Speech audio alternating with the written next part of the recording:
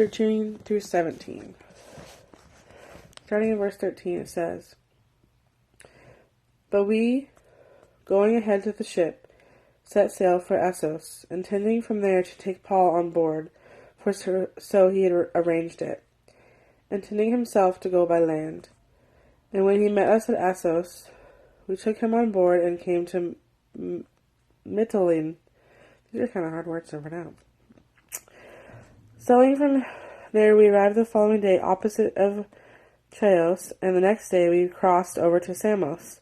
And the day following, we came to Miletus, for Paul had decided to sail past Ephesus so that he would not have to spend time there. For he would not have to spend time in Asia, for he was hurrying to be in Jerusalem, if possible, on the day of Pentecost. From Miletus he sent to Ephesus and called to him the elders of the church. So in this passage, it's mostly talking about Paul's journey through this time, trying to get to Jerusalem for the day of Pentecost. When I first read this passage, I was like, just kind of not much here, But then, as I kept reading, I was noticing that in this passage, at first, Paul wanted to go by land, but for some unmentioned circumstance, he couldn't, and so he had to go by ship, and it changed his journey, and it was possible that he wouldn't even made it to Jerusalem on the day of Pentecost, and he wanted to.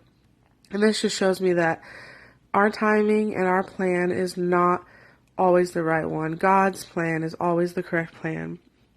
Even Paul had to go through things and long journeys and difficult tasks to accomplish what he thought was what he was supposed to do.